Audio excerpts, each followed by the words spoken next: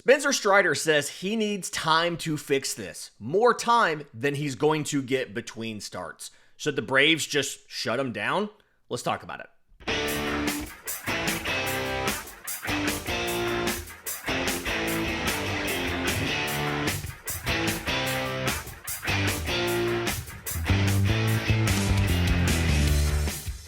Yes, welcome on in to Braves Today for Tuesday, August 19th. Your source of news, notes, and updates on your Atlanta Braves. I'm your host, Lindsay Crosby. You can follow me on social media at Crosby Baseball. You can follow the show on X, Braves_today.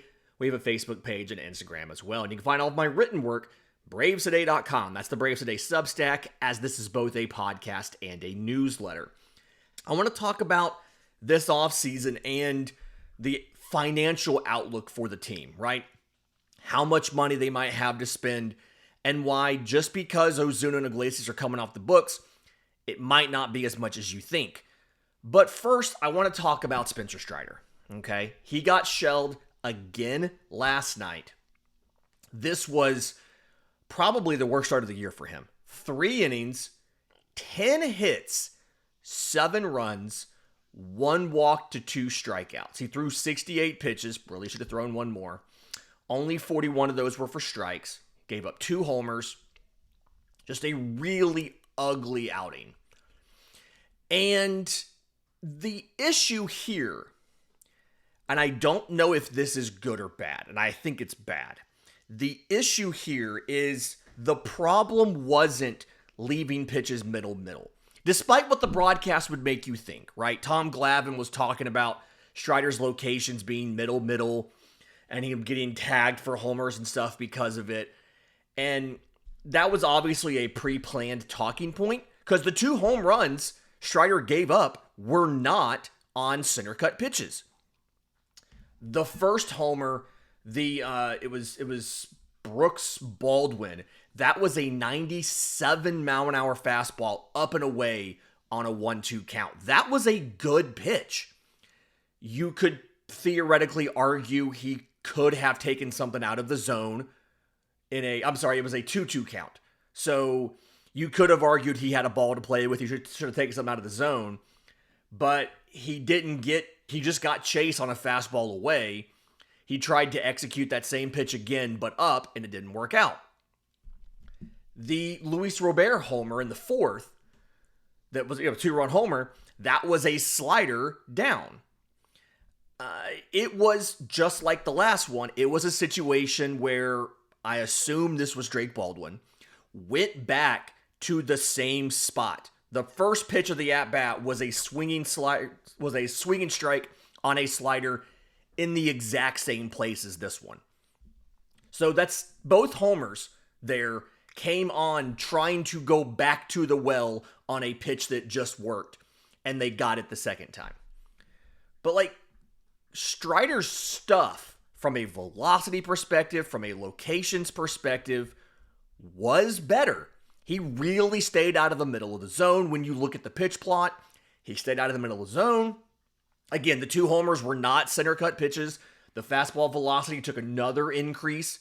He averaged 96.2 last night. He had been averaging 95.6 on the season, so just over half a mile an hour higher than what he was doing in the rest of the year. Another increase in his velocity. And it didn't matter. Again, he gave up 10 hits and 7 runs and didn't record an out in the 4th inning. And Atlanta pushed. Oh, they pushed this game. 9 runs from the 5th inning on. But they just could not close the gap because they gave up 3 in the 6th and 2 in the 7th and 1 in the 8th. And so, Strider, after the game, talking to the media, clearly not happy. We all knew he wasn't going to be. But some of the quotes he was talking about is, it really feels like despite him being able to put it at, to not leave his pitches in the middle of the zone, he still can't reliably get a pitch in the strike zone when he needs to and get it past a bat. He can get it in the strike zone, but he can't get it past a bat. And the quote from Strider here we go. Quote, I can't compete in the strike zone, and that's it.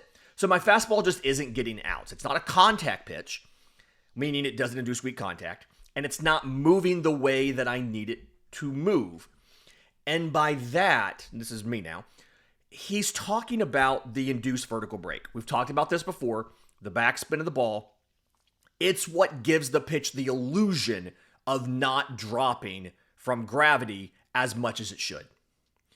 And in his past, in his career, one of the things that Spencer Strider's been known for, and he practically built this pitch in a lab, has been a fastball with not only really good velocity, but exceptional induced vertical break. Makes guys swing underneath it. Last night, on this, he averaged 16 inches of induced vertical break, which is MLB average. The horizontal movement, about 8 inches. Both of those are below what he was doing in 23. And so, in essence, what that means is the fastball's hittable now. Yeah, the velocities are good, and he can still get outs with it if there's just like a bad swing or something. But if they can accurately guess fastball and where in the zone it's going to be, they can hit it. And that's what he's saying. Going back to Strider here. And so when I can't throw my fastball in the strike zone, and he means he can't throw it because it'll get hit, obviously that gives the hitters a leg up. Then my slider is an effective pitch, but not if I'm behind in counts or not making guys swing. Then inevitably, if I throw it in the zone, it's getting crushed. That's what happened with the slider. The Luis Robert slider, he had to throw 2 sliders in the zone to get strikes because he didn't think he could get a fastball by Robert. Robert was sitting on the slider, especially after having just seen one, and he launched it. Now, Strider did say also that some of this is just execution on his part. Quote, I think even independent of the fastball movement not being where it needs to be, I can still execute it better than I am. But the reason it's not moving the way I need it to move, because I'm not moving the way I need to move, and that makes executing hard. And he had a lot of accountability in this. I don't want people, sometimes I've noticed there are a certain segment of the fan base, and most listeners and viewers of my show, you guys are not these people, and I love you guys for it so much. I love y'all for it.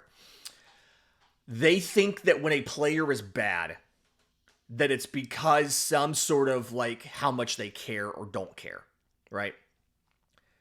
And Strider has always been very, I blew it. He takes blame when he is not pitching well. And even if the team wins and he doesn't pitch well, he always gives credit to his teammates, and he kind of says it's despite him, not because of him.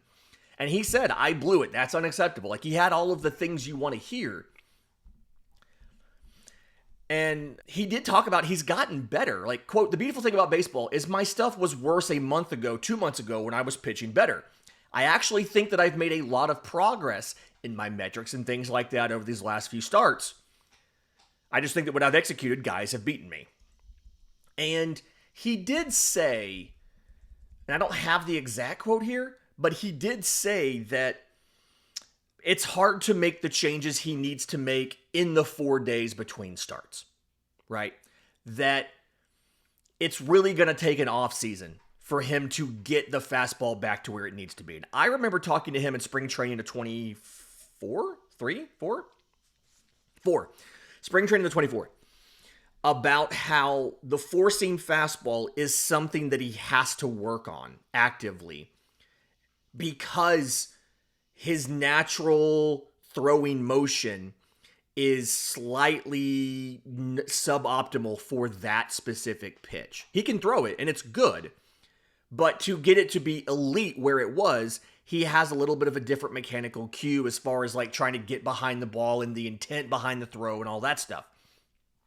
And he's clearly, obviously, he wants to fix it, but he says he can't necessarily do it between now and the end of the season when he pitches every fifth day. And so it kind of prompts the question. He's at 89 in the third innings. Do you just let him go every fifth day? Let him work through some of the stuff on the mound in games? Or do you find a way to kind of shut him down, give him a break, whatever it might be? Because honestly, and this is all kind of speculation, he looks a little fatigued. And if you think about it, he worked really hard to come back from the injury. Then he missed a month with a hamstring strain. And, he pitched 9 innings last year, plus spring and all of that. But the point is, he's really been behind the 8 ball as far as workload and things like that, and being prepared for the workload because he spent so much time just trying to rehab from the injury. And so, I want to hear from you. I don't necessarily know if I have an opinion yet. I don't think you should shut him down simply because these games don't matter. If the Braves were in the playoff hunt, I would say, yeah, you probably need to get him out of the rotation. But since it doesn't matter anymore, I don't know how I feel about this. I want to hear from you. Do you think the Braves should shut down Spencer Strider? If you're watching on YouTube, leave a comment down below. If you're listening on audio, we love you guys too. I'm on social media at Crosby Baseball. Really curious to hear what you think about that. In just a minute, let's talk about how much money the Braves might have to spend this offseason. Because depending on which payroll level they're shooting for, it might not be as much as you think. We'll talk about that next, right here on Braves Today. But first, today's episode is brought to you by our friends at Encase Cards, custom card manufacturer. I love these guys. They're so cool to work with. And I worked with them before I started doing promotions for them. Way this works, you upload your source photos. The obvious thing that you want to go to, or that people go to, is youth sports, right? The shots of your kid that they do every year when they have photo day for the youth sports team. My son played t-ball, my daughter played soccer. We got both of them custom cards. We upload the source photos. We chose holographic options and all that. Their designers go in, backgrounds, graphics, the positions, the team names, the demographic stuff, all of that, just like a normal trading card would have. They print it on high-quality cardstock, they slab it, and they stick it inside of a colored, customizable plastic case with a built-in stand in the back. You can display it right there on your desk, your dresser, whatever it might be. So go to ncasecards.com, ncascards.com. If you've got somebody graduating from high school or college, or I guess it's August, if you have somebody who's starting their senior year of high school, this is a great thing to get them a little gift to remember their final year of high school. Fantasy football drafts right now. Tons of reasons you can go out and do this. Again, ncasecards.com, ncascards.com. Promo code Braves Today gets you $5 off and supports the Braves Today podcast. It's ncasecards, ncascards.com. Promo code Braves Today. Welcome back to Braves Today. Lindsay Crosby. Let's talk about payroll. Okay, I did a big thing on the newsletter on Monday. So if you want to see this in written form, you can go check that out and kind of see, the not the visuals. There's no graphics in there, but some of the numbers on paper. Some people are just are wired like that. But the Braves, everybody's assumption is that we're gonna have a lot more money to spend because would be nice. Marcell Ozuna comes off the books. Raisel Iglesias comes off the books. Let's talk about how much it would actually be, okay? 2024's actual payroll. So when I do this, we're mostly talking about the cash payroll. But the difference you have to understand, real quick, is the cash payroll is the actual money you are paying to players, okay? The tax payroll, the luxury tax, the CBT, that is the accounting of your payroll based on average annual values of the contracts, extra, the charges for trades and all of this stuff. So there's cash payroll and there's tax payroll. We're mostly going to talk about cash payroll today. And Alex Anthopoulos has told us before, they track the tax payroll from the perspective of they want to know how much they have to pay in a luxury tax bill at the end of the year, and they won't this year. But they care about cash out the door, the cash payroll. So we're going to talk about that today. 2024 finished just shy of $232 million for players. Now, the tax payroll was significantly higher because you had all that money they took on to get Jared Kelenic. You had a bunch of other charges in there and things like that. And so the tax payroll, they were over the second tier, and they were very, very close to the third tier. A lot of the common math, the third tier starts at $277 million. That's the level, the third tier is the level where your first draft pick gets moved back 10 spots. They came right up to it. They didn't go over it. A lot of the math, again, 277 million is that third tier. A lot of the math had them at 276.95 million. They were right there. Again, on a cash payroll of 232. This year, if my math is right, and I think, I have a spreadsheet out there on bravestoday.com. The math is right on the cash payroll. I'm missing something on the tax payroll, but the cash payroll is right. Atlanta's going to finish around $214 million. So just under $20 million less than last year. And had they made trades of Marcell Ozuna or Raisel Iglesias at the deadline, they probably would have been under $20 million less. And yes, some of these guys are coming off the books. Marcell Ozuna, Raisel Iglesias, both made $16 million this year. So that's $32 million coming off the books when they head to free agency. Quick accounting note here. Eric Fetty is also going to free agency. I'm not counting him in here because, from what I understand, almost all of his contract's being covered by the Cardinals.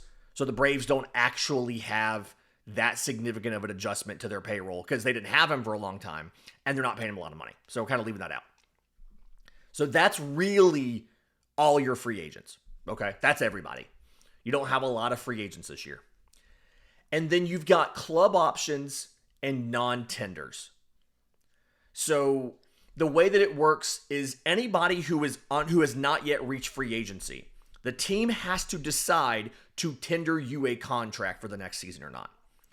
If you're 0 to 3 years of service time, it is usually the league minimum, right? Drake Baldwin's making $760,000 this year. Grant Holmes is making $770,000. Spencer Schwellenbach, because it's in his second year, he's making $770,000. Nick Allen's in his third year. He's making $780,000. Bryce Elder's in his third year. He's making I think he's third year, second year, either way. $780,000. Like, the point is, they have to choose to give you a contract. Same thing if you're in arbitration. You're 3 years of arbitration before free agency. They have to choose to give you a contract. And there's a couple players that I don't think they're going to bring back. Okay? David Fletcher's obvious. He's making $6.5 million this year to hit 171 in Gwinnett. They'll pay the $1.5 million buyout instead of paying his $8 million club option for next year. So they'll save, he made $6.5 million. Next year's charge will be $1.5 million for the buyout. They'll save $5 million. Jared Kelenic's not coming back. He's making $2.3 million this year as a Super 2. So he gets, instead of 3 years of arbitration, he gets 4. They're not bringing him back. They're just, no. He is not playing well. He's also, I've said this before, he's also behavior issues and just all of that stuff. He's hitting 222 in Gwinnett. That's a 623 OPS in Gwinnett. 4 homers in 84 games. The stories I've heard. Maybe when he's gone, I'll tell some of these stories. He's not coming back. Dane Dunning made $2.6 million this year. 1 more year of arbitration before free agency. I think they're going to bring him back. I would if it was me. Eli White was making pretty much the league minimum. I think it was like $790,000 in arbitration his first year. They'll probably bring him back too for pretty cheap. He'll make $1 million. Dylan Lee is arbitration eligible for the second time. He's a Super 2, so he has 4 years of arbitration. He made $1.025 million. He'll probably get a pay raise to like 2. Okay. When you factor all of that stuff in, that's about $159 million in payroll commitments right there. Okay. Again, remember, this year you're going to finish at about 213. Sounds like you got a lot of money, but there are pay raises and club options to factor into play. Okay. Remember how I said you're saving $16 million from Marcell Ozuna leaving? Spencer Strider's salary goes from $4 million this year to $20 million next year. There's that $16 million gone. That $16 million you save from Ozuna is just being reallocated to Spencer Strider. Another reason why we need him to get right over the offseason, okay? He gets a pay raise again in 27 from $20 to $22 million. Okay. Ronaldo Lopez and Jurickson Profar have pay raises coming. Ronaldo Lopez goes from $8 million to $14 million. Jurickson Profar's salary goes, he's actually making 6.1, like, I can tell you the exact amount that he's making this year because of the suspension. $6,193,548, if my math is right. He was suspended for 80 games, but MLB players get paid by the day. It's a 187-day season. So when you do all the math, it kind of tells you this is their thing here. His salary goes to $15 million for year 2. So when you combine the Ronaldo Lopez increase and the Jurickson Profar increase, that's just under Raisel Iglesias' $16 million. So there's a second player going to free agency. You don't actually have any money freed. You just reallocated that again. Aaron Bummer's salary goes from $3.5 to $9.5 million. That's why I was talking earlier in the year about you need to trade Aaron Bummer in the offseason or at the trade deadline. So that offsets the David Fletcher increase, or the David Fletcher savings. Remember I said for David Fletcher, because his option was $8 million and you were paying a $1.5 million buyout instead. So like that, there's your offset of David Fletcher's savings. If you non-tender Jared Kelenic, you'll still save some money. But for the most part, all of that stuff, all those pay raises built into these deals is offsetting the guys you're losing. And then you have club options to talk about. Chris Sale has a club option to be picked up. Now, you'll save some money here. He made $22 million this year. The club option's for $18 million. You'll save $4 million there. Pierce Johnson, Ozzie Albies, both of them are set to make $7 million. They're definitely picking up Ozzie Albies. They're probably picking up Pierce Johnson too. Okay? So technically, those don't increase your payroll. You save about $4 million there on Chris Sale's option, unless you give him an extension, add 1 year to it, like they did last year. Tyler Kenley, $5 million option. I'm assuming they pick this up. Why would you trade for him at the deadline if you weren't going to pick it up? But maybe they changed their mind. Assuming all of those get picked up, and the Dylan Lee arbitration increase, my math is about $193 million. This season, you were going to end at $213 million. So $20 million under this year's salary. The question is, what is the payroll goal? What number are you trying to hit next year? Because it was very clear this year, they wanted payroll to come down. Terry McGurk and everybody told Alex Anthopoulos, we got to reset the CBT. Payroll has to come down. What is the payroll goal for next year? Because there is a difference. Okay, so if you want to spend to this year's payroll, you got $20 million in free agency. That's not going to get you squat. You might get one back-end starting pitcher option, spot starter option, and a veteran utility man or two. Do they want to spend to the first CBT tier? If they do, that's $45 million. You can get a little bit more with that. Are they fine with spending to where they spent in 24? The third CBT tier. And this is assuming that there's that little bit of money saved for the trade deadline. AA always does that. He saves $5 to $10 million for the trade deadline to take on contracts. Assuming you're spending to the third CBT tier, and they're saving that money. You have like $80 million to spend this offseason. There is a big difference in having $20 million to spend, in having $45 million to spend, and having $80 million to spend.